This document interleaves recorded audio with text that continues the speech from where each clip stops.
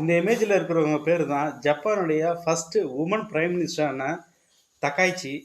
இவங்க நைட்டு தூங்குற நேரமே பார்த்தீங்கன்னா 2 ஹவர் தான் தூங்குறாங்களாம். எப்பயாவது தான் 4 மணி நேரத்தில் தூங்குவாங்களாம். இவங்களோட கேபினெட் மீட்டிங்லாவே மிட் நைட்டில் 2 மணிக்கு தான் நடக்குமா. இதனால நிறைய பேர் பார்த்தீங்கன்னா எப்படி கொரோனா டயத்தில் ஒர்க் ஃப்ரம் ஹோம்னு இருந்துச்சோ அதே போல் டெத் ஃப்ரம் ஓவர் லோடு அப்படின்னு சொல்லிட்டு அங்கே உள்ள மக்கள்லாம் பார்த்தீங்கன்னா ரொம்ப எதிர்ப்பு தெரிவிக்கிறாங்க.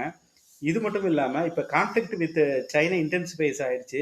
ஏன்னா ஜப்பான்ல இருந்து சீனா சீனாவுடைய தாக்குதல் அதிகரிச்சிட்டு இருக்கு. அவங்களுடைய வெசல்ஸு, சப்மேரின்ஸு, ட்ரூப்ஸ் எல்லாம் பார்த்தீங்கன்னா தைவானில் இறக்கியிருக்காங்க.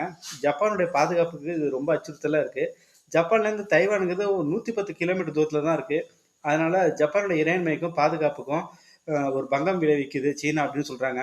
அதனால இந்த ஐலண்டை வந்துட்டு எதுவாக இருந்தாலும் நாங்கள் பார்க்கறதுக்கு ரெடியாக இருக்கோம், எங்களோட பீப்புள் லிபரேஷன் ஆர்மி தயாராக இருக்காங்க அப்படின்னு சொல்லிட்டு அந்த தைவானோட பார்டர்ஸ்லேயே